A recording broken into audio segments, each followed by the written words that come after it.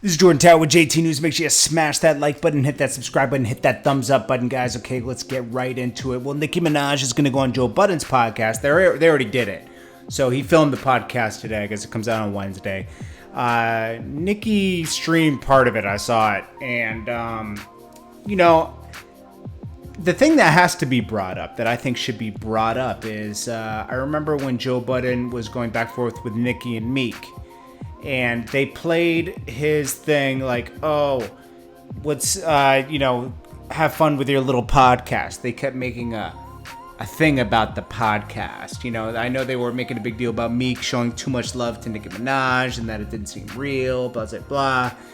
And then, it got carried into like Nicki and Meek, going at Joe Budden. But then they kept trying to play his podcast. But now Nicki Minaj has a podcast. So he should bring that up. Like, why did you say that? You played my platform, but now you have a similar platform on Apple Music, So it's like, I think that should be brought up. Also, I noticed up with Nicki that she has a thing about like people trying to take her out. But there's a lot of girls that are trying to take her out. But then she says, I don't have to stand in a room with other men. She has a thing about men and women. Like, I don't need a man to make my vocals and all this other stuff. Like, it could be a woman. There's women engineers and there's women producers. I know, if we go into history, that's the stereotype of everything. But things are different now. There's women behind the scenes, calculating things and everything and shutting girls out, So, come on. I mean, you helped Remy when she came home a little. I mean, you at least showed her love. I don't want to say... And she bit your hand, and then, a lot of other girls do the same thing, Safari isn't nearly a girl. But it's like, it's... I wonder why she has that chip on her shoulder like that. But it seems like she's in a good place. She's about to get married. And, Joe Budden, it's kind of like a cakewalk, I'm going to be honest with you. It's not going to be a difficult interview with Joe Budden. Joe Budden already got screamed at the same day. It's not going to be it's going to be a touch and go interview. I don't think it's going to be too interesting, I'm going to be honest with you. Nicki usually turns up when she's about to put out an album, so we know an album's coming. And I'm interested, she's definitely doing some great music right now on these features. I wasn't a big fan of Megatron, like I said, but I like what I heard on the Pop Smoke thing.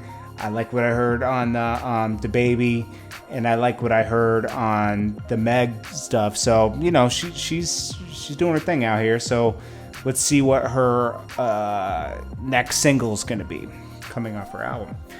Then we've seen all the Alpo coming back doing resurfacing because that YouTuber kept calling him out, like, how you gonna let Alpo walk around when he, was rat and all this other stuff. And, they got Alpo riled up to a point where Alpo called this guy and basically warned him, like, yo, I have nothing else to lose. I lost my family recently and I got nothing to lose, so keep pushing me. But, it makes me think, Alpo's been out for what, 2-3 years now? About 2 years?